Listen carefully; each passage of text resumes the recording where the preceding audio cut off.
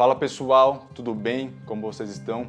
Hoje eu quero falar a respeito de uma esperança que está acima de todas as outras esperanças que nós podemos ter. E você pode estar perguntando, como assim, Lucas?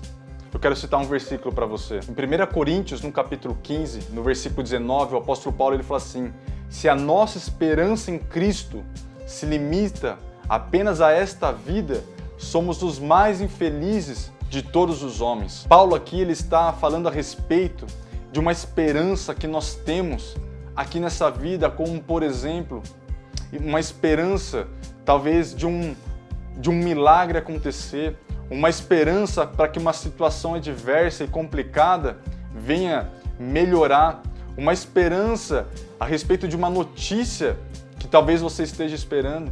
E não há nada de errado nós temos esse tipo de esperança, a esperança de uma vida melhor, de que coisas boas venham acontecer. Não há nada de errado nisso, pelo contrário, nós devemos ter. Só que Paulo também fala nesse versículo a respeito de uma esperança que está implicitamente dita por causa do contexto. E explicando aqui rapidamente o contexto para você, ele vem questionando os coríntios, que são as pessoas na qual ele está se dirigindo, o porquê que eles estavam questionando a respeito se realmente existia a ressurreição dos mortos.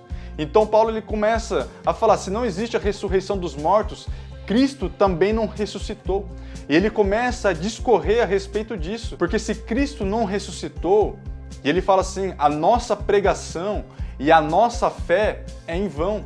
E é verdade, porque a doutrina da ressurreição é uma das bases do cristianismo. Mas Paulo, ao longo do discurso dele, questionando se Cristo ressuscitou, por conta da dúvida daquelas pessoas, ele termina e conclui falando que realmente Cristo, ele ressuscitou dentre os mortos. Então, esse era o assunto, o contexto que estava acontecendo ali para Paulo dizer aquele versículo que eu falei para vocês, que se a nossa esperança em Cristo se limita a esta vida, somos os mais infelizes de todos os homens.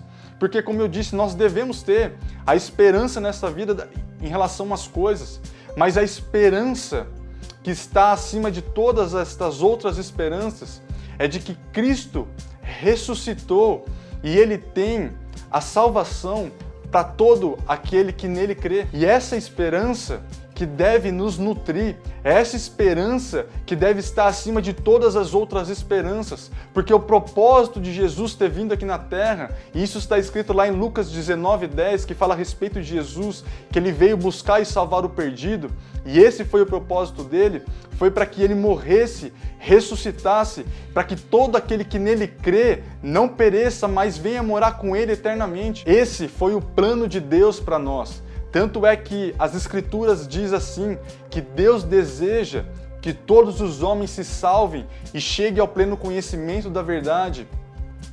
Deus mandou o Filho dele, Jesus, para morrer no nosso lugar, para que pudéssemos ter a salvação eterna. E essa é a esperança que Paulo está falando, sabe? Nós temos sim que ter, como eu já disse, a esperança do dia a dia, de coisas melhores estão por vir aqui na terra, mas não podemos esquecer dessa esperança de que um dia nós iremos morar com Deus. E talvez você esteja me vendo e nem é cristão, nem segue a Jesus.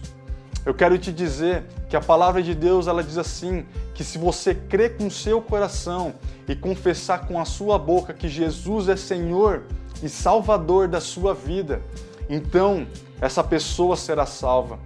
E isso é pela fé, é crer nessa obra que Deus fez, mandando o seu Filho, morrendo em nosso lugar, para que pudéssemos confessar, crer, tomar posse disso, para que um dia venhamos a morar na eternidade com Ele, que a gente nunca deixe de lembrar dessa esperança que nos motiva cada vez mais querer viver para Deus, de saber que um dia nós estaremos com Ele.